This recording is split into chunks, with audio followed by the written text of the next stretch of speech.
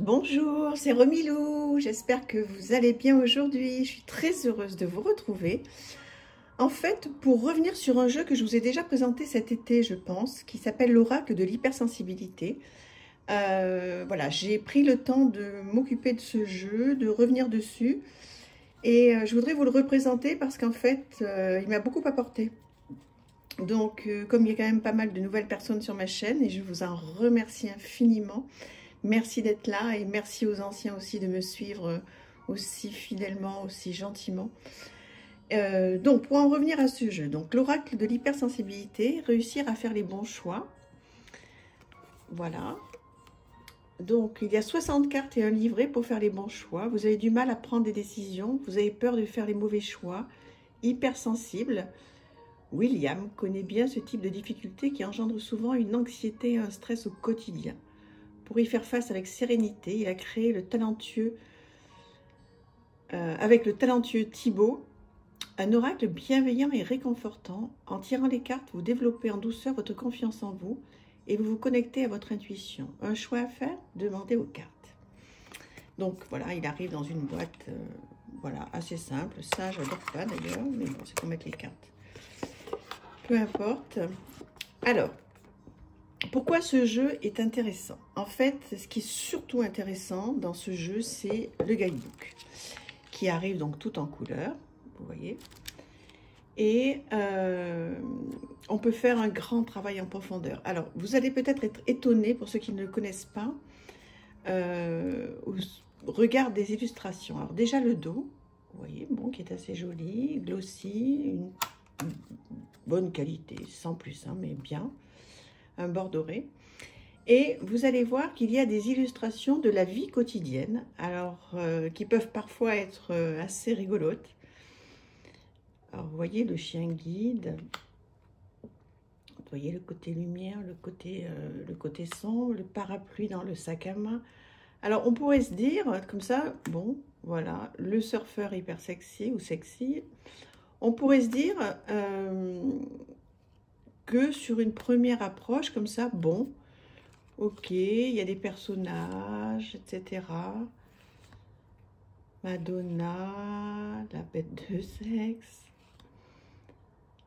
le vieux bibliothécaire. Je vous présente d'abord voilà, les illustrations. Après, vous allez comprendre pourquoi je trouve que ce jeu est hyper intéressant.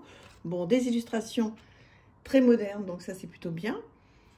Ou pas, hein. Enfin moi j'aime bien de temps en temps qu'il y ait vraiment des choses qui soient assez donc ancrées dans la matière. Et voilà, un chèque en blanc, premier jour d'école.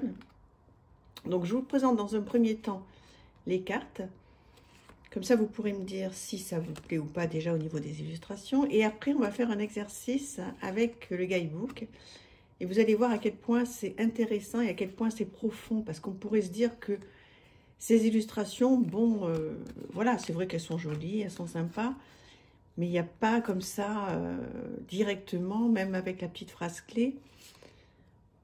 Moi, je trouve pas qu'elle soit très profonde, vous voyez. Donc là, on va au McDo chercher son, voilà. On va se dire, bon, d'accord, ce sont des jolies images, le déjeuner au restaurant. Bon, on pourrait se dire, c'est bien pour de la divination, on va aller passer un week-end à Rome, machin, bon, bref. Donc, vous voyez, bon, les illustrations sont jolies, etc. Mais on pourrait se dire que, bon, il n'y aurait pas grand-chose à faire. Mais vous allez voir que oui, au regard du guidebook. C'est pour ça que là, ce guidebook, c'est indispensable, à mon avis. Donc, on va prendre une petite carte au hasard. Voilà. Alors, on tombe sur la ruine prometteuse.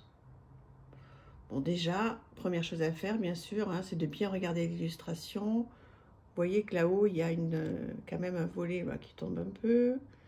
Il y a deux personnes, ils rentrent pas. Qu'est-ce qui se passe dans cette maison? Bon, ok. Alors, ensuite, on va aller voir cette carte numéro 39. Qu'est-ce que le guidebook nous dit? Et c'est là où c'est intéressant. Cette carte parle de vous et de votre talent pour dénicher la perle que personne n'avait repérée avant, de votre faculté à pointer du doigt l'indice crucial qui va résoudre le crime mystérieux, autant que de votre sens de l'improvisation. pas de doute, vous avez trouvé quelque chose avec un fort potentiel. Il y a énormément de travail derrière, beaucoup de sueur et probablement de longues heures à réfléchir sur comment optimiser chaque détail. Mais la récompense en vaudra largement la peine. Si vous n'avez pas peur de vous engager, vous ne le regretterez pas. Et ensuite, il y a donc des cartes un petit peu comme avec le petit Lenormand, quand on tire telle carte avec telle carte. Alors, là où je voulais aller un petit peu plus loin. Donc, vous voyez que vous pouvez vous poser quand même de bonnes questions. En fait, quand vous arrivez devant cette carte, effectivement, il y a deux personnes qui se posent des questions. Et là, on vous dit que vous avez eu le talent de dénicher donc cette maison. Peut-être que cette maison est certainement en vente. Vous voyez qu'elle est un petit peu délabrée au regard du volet. Et que peut-être, vous pourriez vous dire que vous avez eu le talent pour dénicher peut-être le bon job, peut-être la bonne amie, peut-être quelque chose que vous n'aviez pas repéré avant. Peut-être qu'il y a quelque chose, quelqu'un dans votre vie auquel vous n'avez pas fait attention, mais qui finalement est devant vous et qui, comment pourrais-je vous dire, qui est une évidence pour vous. Donc, regardez un petit peu autour de vous, faites le point aujourd'hui sur les gens qui vous entourent, sur ce que vous faites, et peut-être qu'il y a quelque chose d'évident dans votre vie qui se passe, mais en fait, vous passez à côté. Pas de doute, vous avez trouvé quelque chose avec un fort potentiel. Donc là, effectivement, il s'agit de faire le lien avec une maison, mais peut-être que vous êtes en train de chercher une maison, que vous en avez vu plusieurs, et que vous ne vous rendez pas compte voilà, que c'est certainement la bonne, qui a quelque chose à faire avec cette maison. Peut-être que vous êtes en train de faire une formation et que vous avez des doutes, que vous vous dites mais est-ce que c'est la bonne, etc. Donc là, on vous encourage à aller plus loin et qu'effectivement, cette formation va pouvoir vous apporter beaucoup de choses.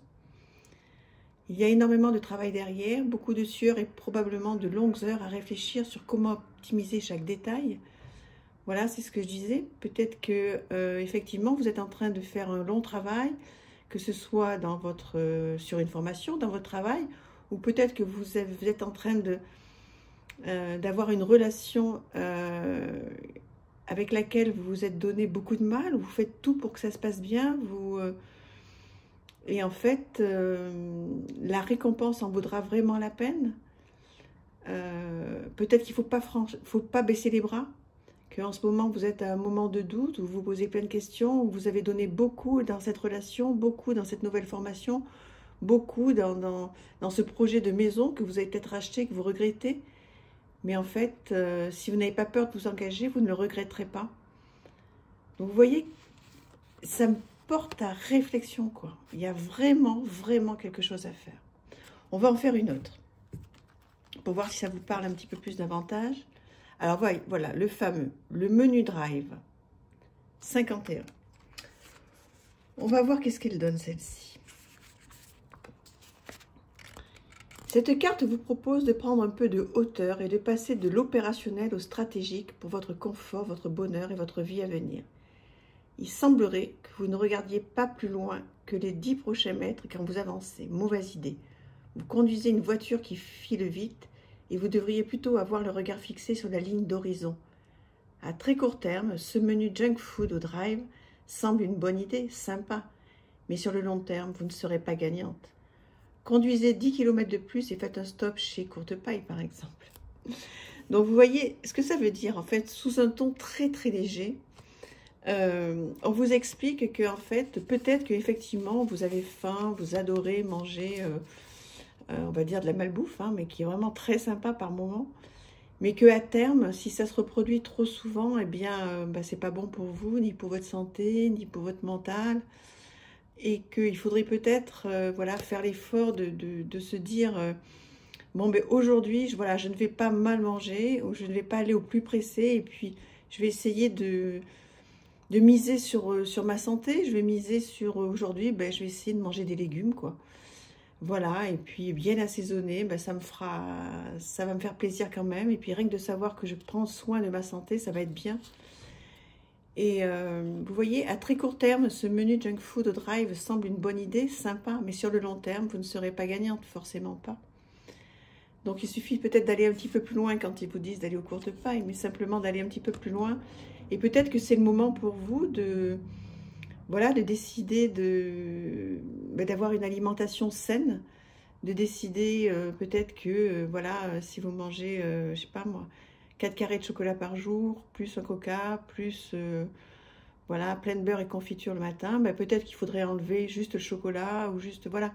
C'est pas pour se faire du mal, au contraire, hein. C'est pas pour se priver, c'est juste pour qu'à terme, vous vous sentiez mieux. Donc vous voyez, simplement ce genre de carte qui peut paraître un petit peu, voilà, un petit peu basique, un petit peu simple, je trouve vraiment que dans le guidebook, il y a des choses hyper intéressantes à faire si on prend le temps de se poser des questions. Et justement, il y a pas mal l'article en solde. Cette carte parle de vous. Oui, vous.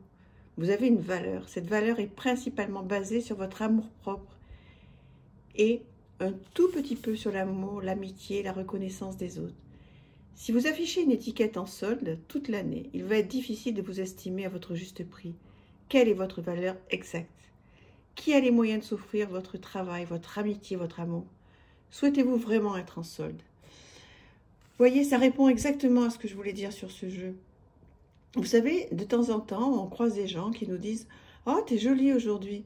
Et on dit « Oui, bof, pourtant j'ai pas dormi. » Ou alors « Tiens, t'as une jolie robe. » « Oui, ben, je l'ai acheté 10 € à côté sur le marché. » En fait, on a souvent tendance à se dévaloriser et à se mettre en solde. Voilà, ça porte bien son nom. Donc, quelle est la valeur exacte que vous vous accordez? Et de se dire, en fait, je vaux quelque chose, comme dirait la pub. Et à qui je donne mon amour, mon amitié et tout ce que je sais faire dans mon travail. Est-ce que je les donne à la bonne personne? Est-ce que ces gens me méritent? Voilà. Donc, je voulais vraiment revenir sur ce jeu parce que sous ces airs un petit peu, voilà, un petit peu légers, ben, en fait, il n'est pas. Et il va très très loin dans plein de choses. Donc, c'est bien, je trouve, de mêler à la fois le côté un petit peu fun et rigolo des illustrations, et puis la profondeur des bonnes questions à se poser.